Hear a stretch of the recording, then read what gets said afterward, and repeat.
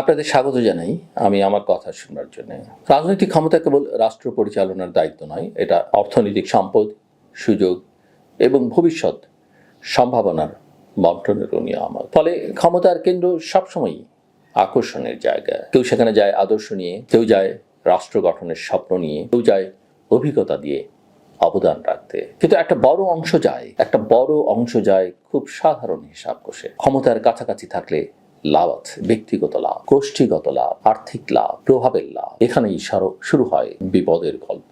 কারণ ক্ষমতার সবচেয়ে বিপজ্জনক সঙ্গী সেই মানুষটি যে কখনো প্রশ্ন করে না, দ্বিমত জানায় না, কেবল বলে আপনি ঠিক আছেন। এই ইয়েস ম্যান বা হ্যাঁ মানুষ সংস্কৃতি ইতিহাসে বহু রাষ্ট্রের পতনের সূচনা করেছে। সাম্প্রতিক নির্বাচনে বাংলাদেশ জাতীয়তাবাদী দল বিএনপির বিপুল বিজয় নিঃসন্দেহে বাংলাদেশের রাজনৈতিক ইতিহাসে একটি গুরুত্বপূর্ণ বাঁক। দীর্ঘ রাজনৈতিক অস্থিরতা, অনিশ্চয়তা এবং জনআস্থার সংকটের পর একটা নির্বাচিত সরকার গঠিত হয়েছে। এটা ইতিবাচক। মানুষের প্রত্যাশা স্বাভাবিকভাবেই বড়। তারা চায় স্থিতিশীলতা, চায় অর্থনৈতিক স্বস্তি, চায় ন্যায়ভিত্তিক শাসন। কিন্তু ইতিহাস আমাদের সতর্ক করে, ভূমিধস বিজয় যেমন সুযোগ দেয়, তেমনি আত্মতুষ্টির ঝুঁকিও তৈরি করে। বড় ম্যান্ডেট অনেক সময় নেতাদের এমন ধারণায় আচ্ছন্ন করে ফেলে যে তাদের সিদ্ধান্ত প্রশ্নাতীত। আর সেখানেই এই হ্যাঁ মানুষের বা ইয়েস ম্যানদের উত্থান ঘটে। রাজনৈতিক স্বস্তি ফিরে আসবার পরও অর্থনৈতিক বাস্তবতা অত্যন্ত কঠিন। সাম্প্রতিক বিশ্লেষণ বলছে রাজনৈতিক অনিশ্চয়তা কিছুটা কমলেও অর্থনৈতিক ঝুঁকি কমেনি, বরং বেড়েছে এবং মধ্যপ্রাচ্যের যুদ্ধ সেই ঝুঁকিকে আরো ক্রমাগত বাড়িয়ে তুলছে। বৈশ্বিক সূচকে বাংলাদেশের ঝুঁকির অবস্থান এখনো নিচের দিকে। 5টি গুরুত্বপূর্ণ সূচকে বাজার চাহিদা, বাজার ব্যয়, বিনিময় হার, রাষ্ট্রের ঋণমান এবং বাণিজ্য ঋণ ঝুঁকির মাত্রা উচ্চ। বিশেষ করে ব্যাংক খাতে খেলাপি ঋণের চাপ, রাষ্ট্রায়ত্ত ব্যাংকের দুর্বল তদারকি, সীমিত ঋণ তথ্য ও ঋণ কেন্দ্রিক ভারসাম্যহীনতা পরিস্থিতিকে জটিল করেছে, ভীষণ রকমের জটিল করে তুলেছে। আমরা যদি বাস্তবতার দিকে তাকাই, দেখব ব্যাংক খাতের সবচেয়ে বড় ঋণ গ্রহীতা এখন সরকার নিজেই। যখন সরকার 10% বা তার বেশি সুদে ট্রেজারি বিল ও বন্ডের মাধ্যমে অর্থ ধার করে, তখন বাণিজ্যিক ব্যাংক কিভাবে কম সুদে ঋণ দেবে? বর্তমানে অনেক ব্যাংক আমানত সংগ্রহে 11% পর্যন্ত সুদ দিচ্ছে। উচ্চ সুদে টাকা নিয়ে কম সুদে ঋণ দেওয়া বাস্তবসম্মত নয়। ফলে সুদ হার কমানোর ঘোষণাটি যতই জনপ্রিয় শোনাক, কাঠামোগত বাস্তবতা না বদলালে তা কার্যকর করা কঠিন। শুধুমাত্র কথা দিয়ে মানুষকে খুশি করবার চেষ্টা করাটা বা সাময়িক খুশি করবার চেষ্টাটা কোনো বুদ্ধিমানের কাজ নয়। মূল্যস্ফীতি এখানে একটা বড় চাপ, এখনো বড় চাপ। ক্রয় ক্ষমতা কমেছে, মজুরি বাড়লেও তা মূল্যস্ফীতির সঙ্গে তাল মেলাতে পারছে না। ফলে ভোক্তা চাহিদা সীমিত, বাজার চাহিদায় ঝুঁকি আঞ্চলিক গড়ের তুলনায় বেশি। রাজনৈতিক স্থিতি ফিরলেও বিনিয়োগকারীর আস্থা পুরোপুরি ফিরে আসেনি। কারণ বিনিয়োগ সিদ্ধান্ত শুধু সুদ হারের ওপর নির্ভর করে না। একজন বিনিয়োগকারী প্রথমে দেখে অবকাঠামো, গ্যাস, বিদ্যুৎ, বন্দর, লজিস্টিক্স, নীতির ধারাবাহিকতা, আইনের শাসন। বর্তমানে গ্যাস বিদ্যুৎ সংকট, উন্নয়ন প্রকল্পে অনিশ্চয়তা এবং নীতির ঘন ঘন পরিবর্তন বিনিয়োগে বড় বাধা। সেটা অভ্যন্তরীণ বিনিয়োগ বলি আর বৈদেশিক বিনিয়োগ বলি, যে বিনিয়োগের কথাই আমরা বলি না কেন। রপ্তানি খাত, বিশেষ করে তৈরি পোশাক শিল্প নতুন চাপের মুখে। যুক্তরাষ্ট্র ও ইউরোপে চাহিদা কমে আসছে। বৈশ্বিক অর্থনীতির শ্লথগতি, ভূ রাজনৈতিক উত্তেজনা এবং বাণিজ্য নীতির পরিবর্তন আমাদের রপ্তানিকে ঝুঁকিতে ফেলছে। যুক্তরাষ্ট্র ও জার্মানি আমাদের বড় বাজার, সেখানে চাহিদা কমলে তার প্রভাব অনিবার্য। সেবা রপ্তানিও কমেছে। এই প্রেক্ষাপটে বৈদেশিক মুদ্রা বাজারে স্থিতিশীলতা ধরে রাখা একটা বড় চ্যালেঞ্জ, অনেক বড় চ্যালেঞ্জ। রিজার্ভ কিছুটা বেড়েছে। আপনি যদি বিনিয়োগ না করেন, রিজার্ভ তো বাড়বেই, খরচ না করলে ব্যাংকের টাকা বাড়বেই, কিন্তু তা এখনো মহামারীপূর্ণ অবস্থায় পৌঁছায়নি। আমি বলছি যে অর্থনীতি একেবারে শেষ হয়ে গেছে, এখান থেকে রিকভার করা যাবে না, সেটা নয়। আর রিজার্ভটা এমন কোনো জায়গায় গিয়ে পৌঁছায় নাই যে আপনি একেবারে নিশ্চিন্তে নাক ডেকে ঘুমাতে পারবেন। বর্তমান রিজার্ভ দিয়ে মাত্র 4 মাসের আমদানি ব্যয় মেটানো সম্ভব। এটা অস্বাভাবিক নয়, আবার খুব একটা স্বস্তিকর নয়। মুদ্রানীতি কঠোর রাখা হয়েছে, নীতি সুধার উচ্চ, কিন্তু মূল্যস্ফীতি 60% না নামা পর্যন্ত শিথিলতার সুযোগ নেই। এই কঠিন সময়ে নতুন গভর্নরের দায়িত্ব, তার সামনে একদিকে খেলাপি ঋণের পাহাড়, অন্যদিকে মূল্যস্ফীতি, তৃতীয় দিকে বিনিয়োগ এবং প্রবৃদ্ধির চাপ। এখানেই ইয়েস ম্যানের বা হ্যাঁ মানুষের প্রশ্নটি আবার সামনে আসে। অর্থনৈতিক সংস্কার কখনোই জনপ্রিয় হয় না। ব্যাংক খাতের সংস্কার মানে প্রভাবশালী ঋণ খেলাপিদের বিরুদ্ধে ব্যবস্থা। সুদ হারের কাঠামো বদলাতে হলে আর্থিক শৃঙ্খলা আনতে হবে। রাষ্ট্রায়ত্ত ব্যাংকে পেশাদার পরিচালনা নিশ্চিত করতে হবে। নিয়ন্ত্রক সংস্থাকে রাজনৈতিক প্রভাব মুক্ত রাখতে হবে।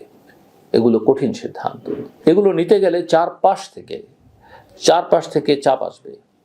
তখন যদি উপদেষ্টারা বা মন্ত্রীরা কেবল করতালি দেন, সংসদ সদস্যরা কেবল টেবিল চাপড়ান, বাস্তবতা না জানান, ঝুঁকির সতর্ক সংকেত না তোলেন, তাহলে সিদ্ধান্ত ভুল পথে যাবে। বাংলাদেশের সাম্প্রতিক ইতিহাস আমাদের শিক্ষা দেয়, দীর্ঘদিন ক্ষমতায় থাকলে বিচ্ছিন্নতা তৈরি হয়, সমালোচনা শত্রুতে পরিণত হয়, তথ্যকে সাজানো হয়, সতর্ক সংকেত উপেক্ষিত হয়, শেষ পর্যন্ত পতন আসে। হঠাৎ মনে হলেও তার বীজ বোনা হয় বহু আগে।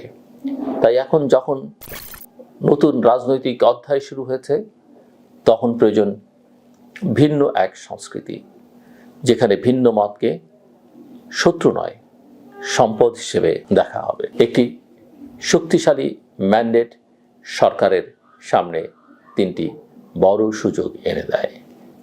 প্রথমত, প্রতিষ্ঠান পুনর্গঠন, দ্বিতীয়ত অর্থনৈতিক কাঠামোগত সংস্কার, তৃতীয়ত রাজনৈতিক সংস্কৃতির পরিবর্তন। কিন্তু একই সঙ্গে 3টি ঝুঁকিও তৈরি হয়: কেন্দ্রীভূত ক্ষমতা, আত্মতুষ্টি এবং তোষামত। যদি রাজনৈতিক নেতৃত্ব মনে করে যে জনগণ তাদের নৈতিক পূর্ণতার স্বীকৃতি দিয়েছে, তাহলে ভুল হবে। মানুষ ভোট দেয় আশা নিয়ে, পরিবর্তনের প্রত্যাশায়, পূর্ণতা স্বীকার করে নয়। অর্থনীতির ক্ষেত্রে এখন আমার যেটা মনে হয় যে সবচেয়ে প্রয়োজন বাস্তববাদী দৃষ্টিভঙ্গি। প্রবৃদ্ধির পূর্বাভাস কমেছে। 4.5% প্রবৃদ্ধি কোনোভাবেই উচ্চ কর্মসংস্থান সৃষ্টি করবে না। উচ্চ মূল্যস্ফীতি ও নিম্ন প্রবৃদ্ধির যুগপৎ চাপ সামাজিক অস্থিরতা তৈরি করতে পারে। এর সঙ্গে যুক্ত হয়েছে জলবায়ু ঝুঁকি, যা দীর্ঘমেয়াদে রাষ্ট্রের ঋণমানকে প্রভাবিত করবে। মধ্যপ্রাচ্যের যুদ্ধতা, মাথাপিছু আয় কম, প্রতিষ্ঠানগত সক্ষমতা দুর্বল, ব্যবসায়িক পরিবেশ জটিল, এসব কাঠামোগত দুর্বলতা বা স্ট্রাকচারাল উইকনেস একদিনে দূর হবে না। এবং সেটা যে একদিনে দূর হবে না সেটা কিন্তু আমরা সবাই জানি, বুঝতেও পারি। নতুন গভর্নরের জন্য সবচেয়ে বড় পরীক্ষা হবে পেশাদারিত্ব নিশ্চিত করা। ব্যাংক খাতে অপেশাদারি আচরণ দেশের আন্তর্জাতিক ভাবমূর্তি ক্ষুণ্ণ করে। যেহেতু এই খাত আন্তর্জাতিক লেনদেনের সঙ্গে যুক্ত, তাই সামান্য বিচ্যুতির মূল্য দিতে হয় বৈদেশিক মুদ্রায়। নিয়ন্ত্রক সংস্থার দৃঢ়তা, তথ্যের স্বচ্ছতা এবং সংস্কারের ধারাবাহিকতা অপরিহার্য। শুরুতেই কঠোর বার্তা না পেলে পুরনো স্বার্থগোষ্ঠী আবার সক্রিয় হবে, এবং এটা সবচেয়ে বেশি মাথায় রাখতে হবে সরকার প্রধানকে, অর্থাৎ প্রধানমন্ত্রী তারেক রহমানকে। এখানেই রাজনৈতিক নেতৃত্বের ভূমিকা অত্যন্ত গুরুত্বপূর্ণ। যদি তারা সংস্কারের পক্ষে দৃঢ় অবস্থান নেয়, তবে গভর্নরের কাজ সহজ হবে। কিন্তু যদি রাজনৈতিক সুবিধাবাদ প্রাধান্য পায়, তবে আর্থিক শৃঙ্খলা ভেঙে পড়বে।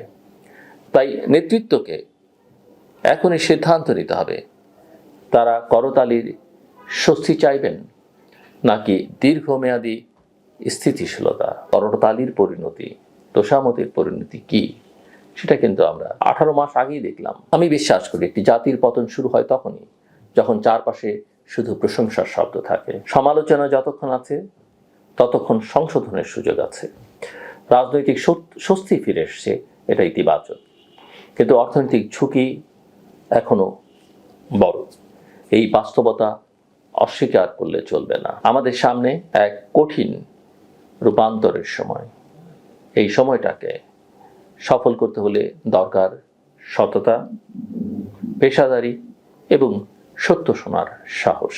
আমার কথা শুনবার জন্য আপনাদের আমি সবশেষে ধন্যবাদ জানাই, কিন্তু আমি জানি সবারই কথা ভালো লাগবেও না। বাংলাদেশের সামনে এখন যে পথ, সেটা কিন্তু সহজ নয়, কিন্তু সঠিক সিদ্ধান্ত, সঠিক বা যথাযথ উপদেষ্টা, মন্ত্রী এবং সঠিক মনোভাব থাকলে এই চ্যালেঞ্জগুলোকে সুযোগে পরিণত করা সম্ভব। নেতৃত্বের প্রকৃত শক্তি করতালিত নয়, তা নিহিত থাকে অস্বস্তিকর সত্য গ্রহণের ক্ষমতায়। ইয়েস ম্যান থেকে দূরে থেকে তথ্যভিত্তিক বিশ্লেষণকে প্রাধান্য দিয়ে কাঠামোগত সংস্কারে অটল থেকে আমরা হয়তো এই নতুন অধ্যায়কে স্থিতিশীলতার ভিত্তিতে দাঁড় করাতে পারব। অন্যথায় ইতিহাস আবারও নিজেকে পুনরাবৃত্তি করবে। আর ইতিহাস যখন পুনরাবৃত্তি হয়, তখন মূল্য দিতে হয় পুরো জাতিকেই। এবং যাদের ভুলে